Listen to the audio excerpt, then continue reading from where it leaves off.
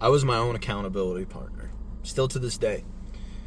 I am the only person who holds myself to the standard that I do, and still, even then, it's not good enough. And that's not because I blame my mom and daddy for being angry at me, or my granny and grampy for not spending time with me when I was 2. It's not about all that, bro. Like, none of that shit fucking matters.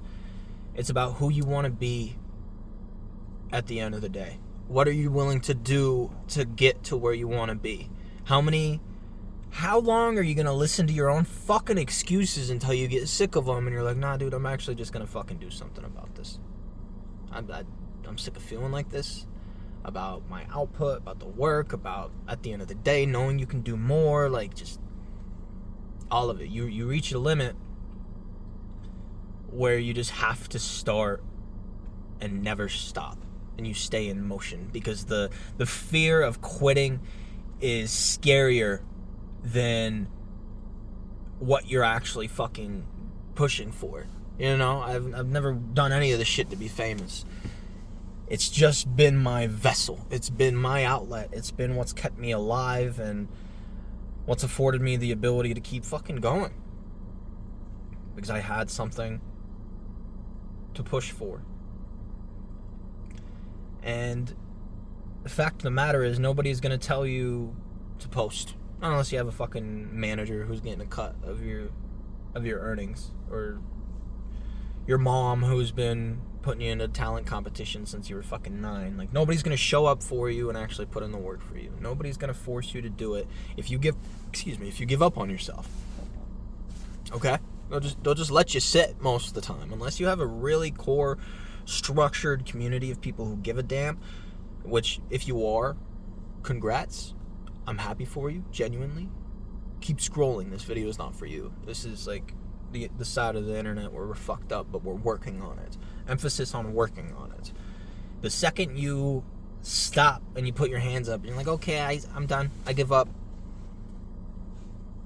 you've lost, you know? And you've kind of lost the right to complain at that point too, because you're essentially accepting your life and where you're at and saying you're content with it. Even if deep down it fucking destroys you, you are consciously making the decision to not fucking do anything about it, and you're the only person that you can blame for doing such a terrible thing to yourself. You're gonna be on your deathbed at 80, and your own worst nemesis is gonna be yourself, bro. That should be scary enough to fucking do something about it, right? That's what pops into my head. That's what the accountability is for. And that's why I built the room I did, is because not everybody has that psychotic fucking nature of just go. No excuses. Not everybody has that. So that's why I've chosen to leave the rope behind. If anybody wants to hold on to it, have some help while they're going through that same fucking thing. That's why it existed. And that's also why it's capped, because I'm a human being and I can't feasibly help everybody, nor do I want to. But still, even then, those 200 people are going to help generations with their own music. So we can talk about this for hours, bro. Don't get it twisted. Don't get it twisted. We're talking about accountability here. Really reflect on yourself and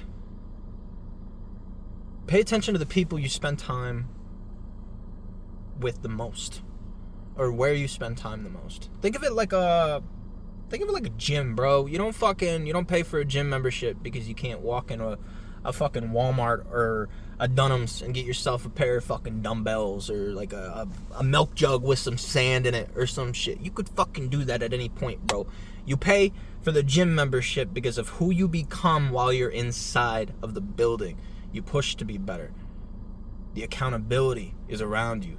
Even if nobody's watching you, you feel like you're being watched. Or that little voice comes in your head and you're like, I'm the baddest motherfucker in here. Watch how hard I'm gonna push myself today. Watch how, and then you find like-minded individuals who get it and who can spot you and show up for you, and then now all of a sudden you're hitting the gym together, and it's a fucking mindset. It's a way of living. And you either get it or you don't. And it goes the same thing with every single avenue of life, every single aspect. With eating super healthy, with going to the gym, with making music and really like committing to it. And like there's certain types of individuals who really get it.